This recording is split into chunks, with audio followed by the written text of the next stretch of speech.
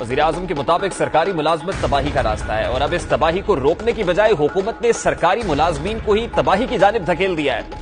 हुकूमत ने सरकारी मुलाजमीन की तनख्वाहों में सालाना इजाफे और पेंशन खत्म करने का मंसूबा तैयार कर लिया है। यह मंसूबा IMF से $6 अरब का प्रोग्राम बहाल कराने के लिए तैयार किया गया है।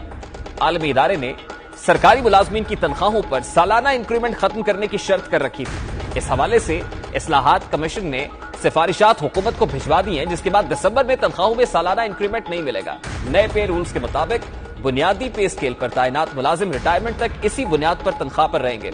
इस इकदाम से हुकूमत रिटायरमेंट के वक्त कम पेंशन अदा करेगी और इस इकदाम से अलाउंसेस इंतहाई कम मिकदार में बढ़ेंगे। आज इसी हवाले से ईवान बाला यानी सेनेट में भी भरपूर मजामत की गई है। यहां सवाल पैदा होता है कि जहां महंगाई सालाना नहीं बल्कि रोजाना की बुनियाद पर बढ़ती है, जहां बुनियादी जरूरत की अशिया की कीमतों में आए रोज इजाफा हो रहा है, वहीं सरकारी मुलाजमीन को सारी जिंदगी एक ही तनख्वाह पर गुजारा करने पर मजबूर करना कहां का इंसाफ है।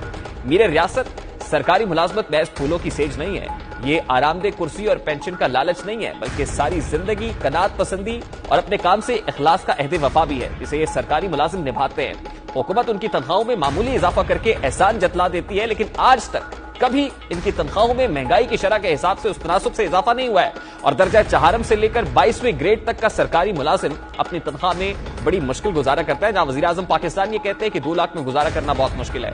मेरे रियासत जब रियासत किसी मुलाजिम को उसके काम के बराबर उसकी जरूरियात के मुताबिक एजाजिया नहीं देती तो मुल्क में रिश्वत का रास्ता हमवार होता है। मेरी रियासत सरकारी मुलाजमीन की पेंशन की रकम उनकी तनख्वाह से काटी जाती है, जो उन्हें मुद्दत मुलाजमत खत्म होने पर अदा की जाती है, लेकिन महज आलमी इदारे की शराइत पर सरकारी मुलाजमीन की तनख्वाहों पर कुल्हाड़ा चलाना समझ से बालातर है। हमारा काम आपके दर पर दस्तक देना है। उम्मीद है कि आप नोटिस जरूर लेंगे, लेकिन उस तरह का नोटिस नहीं होगा जैसा चीनी के मामले पर, पेट्रोल के मामले पर या फिर आटा बहरान के मामले पर होता है।